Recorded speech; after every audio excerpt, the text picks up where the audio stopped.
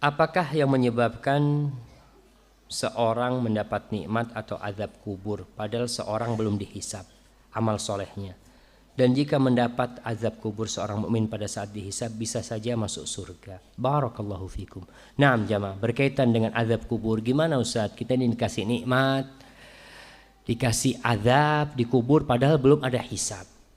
Hisab itu sudah ada sebenarnya. Perhitungan itu langsung sama Allah, udah ditulis semua. Allah Jalla Jalaluhu mengatakan, "Waman ya'mal su'an yujza bihi." Barang siapa yang berbuat dosa, pasti Allah balas. Pasti Allah balas. Jadi dibalasnya itu bisa di sini di dunia.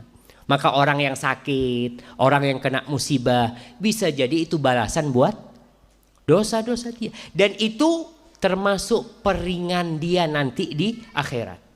Ada yang di dunianya udah dikasih cobaan-cobaan sakit, udah tuh dibalas tuh. Tapi ternyata belum bersih. Nanti kata Rasul sallallahu alaihi wasallam, "Wala yazalul bala'u bimri'in." Ada orang yang kena bala terus di dunia ini hatta yamshiya 'alal ardi wa laysa 'alaihi khatiyah, sampai dia berjalan dosanya sudah bersih. Jadi udah dibersihkan di dunia ini. Di kubur ya, ada yang di kuburnya disiksa. Sehingga nanti ketika di akhirat kan sudah selesai. Ada dosa-dosa yang Allah ampuni, ada dosa-dosa yang tidak Allah ampuni. Dosa yang tidak bakal diampuni adalah syirik.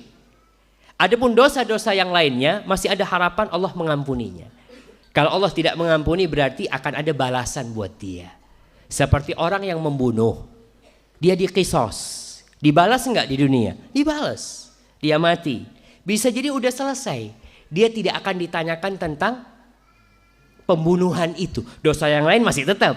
Tapi untuk dosa ini udah selesai, udah dibalas. Jadi seperti itu kiranya pembalasan itu. Nanti juga ketika di padang mahsyar belum ada hisab. Ketika matahari mendekat, orang itu akan tenggelam dalam keringatnya sesuai dengan amalannya.